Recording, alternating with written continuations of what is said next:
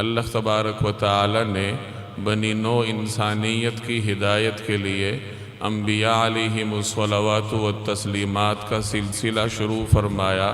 حضرت آدم علیہ السلام سے یہ مقدس سلسلہ شروع ہوا اور جناب رسول اللہ صلی اللہ علیہ وسلم پر یہ مقدس سلسلہ اپنے اختتام کو پہنچا۔ گویا آپ صلی اللہ علیہ وسلم پر نبوت کو ختم کیا گیا اور آپ صلی اللہ علیہ وسلم ہی خاتم النبیین ہے، جس کا ذکر قرآن کریم کی اس آیت میں ہے، ما کان محمد ابا احد من رجالکم، کہ محمد صلی اللہ علیہ وسلم تم میں سے کسی مرد کے، تم مردوں میں سے کسی کے والد نہیں ہیں، ولیکن رسول اللہ، بلکہ وہ اللہ کے رسول ہیں، وخاتم النبیین، اور آخری نبی ہیں، نبیوں کے سلسلے کا اختتام کرنے والے ہیں۔ قرآن کریم کی اس آیت نے واضح طور پر یہ اعلان فرمایا کہ رسول اللہ صلی اللہ علیہ وسلم انبیاء کرام کی سلسلے کے آخری نبی ہیں،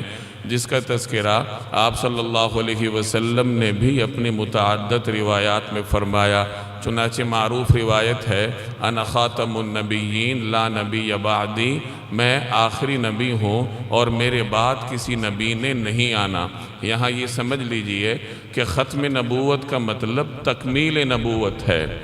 صرف اختتام میں ہونا، کسی چیز کا آخر میں ہونا،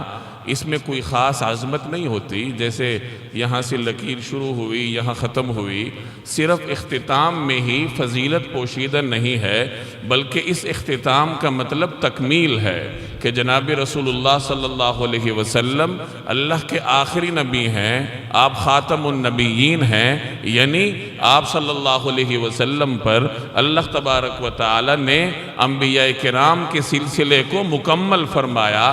دین آپ پر مکمل فرمایا۔ تو ختم نبوت کا مطلب تکمیل نبوت ہے، اللہ کے دین کی تکمیل کا اعلان ہے، اور یہی جناب رسول اللہ صلی اللہ علیہ وسلم کی عظمت اور شرف کی بات ہے کہ اللہ تبارک و تعالی نے آپ صلی اللہ علیہ وسلم پر دین کی تکمیل فرمائی۔ چنانچہ ایک روایت سے بھی اس کا مفہوم ثابت ہوتا ہے۔ آپ صلی اللہ علیہ وسلم کا ایک ارشاد ہے کہ انبیاء کرام کی مثال ایک عمارت کی مانند ہے،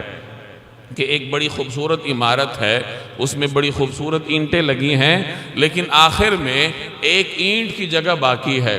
اب لوگ وہاں سے گزرتے ہیں،